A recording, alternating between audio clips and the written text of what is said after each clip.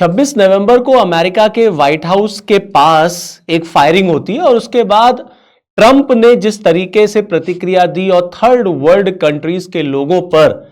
America में आने पर उन्होंने बैन लगा दिया। तो ये थर्ड वर्ल्ड कंट्रीज क्या होती हैं और इसका असर भारत पर पड़ेगा कि नहीं, क्या भारत थर्ड वर्ल्ड कंट्री में आता है या नहीं।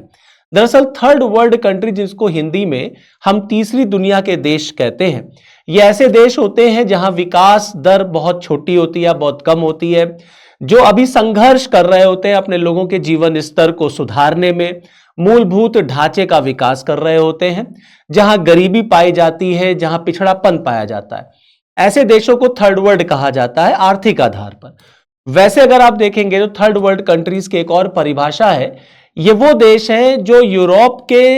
उपनिवेश से बाहर आए थे, मतलब यूरोप के कई देशों से उनको आजादी मिली थी और ये नए नए उभर रहे थे, अर्थात ना इन्होंने कोल्ड वॉर में अमेरिकन ग्रुप में शामिल होना पसंद किया, ना इन्होंने कम्युनिस्ट ग्रुप में शामिल होना पसंद किया। ऐसे देशों को भी हम थर्ड वर्ल्ड कंट्री कहते हैं। आज के टाइम में थर्ड वर्ल्ड कंट्री एक तरीके से गाली देना लगता है और इसकी जगह पर जो शब्द यूज होता है वो ग्लोबल साउथ यूज होता है। जहां तक रही बात भारत की, अगर आप आर्थिक तौर पे भारत को देखेंगे तो अब भारत थर्ड वर्ल्ड कंट्री में नहीं आता, क्योंकि भारत एक तेजी से उभरती हुई अर्थव्यवस्था है और भारत ने जबरदस्त तरक्की की है अपने लोगों के जीवन स्तर को सुधारने में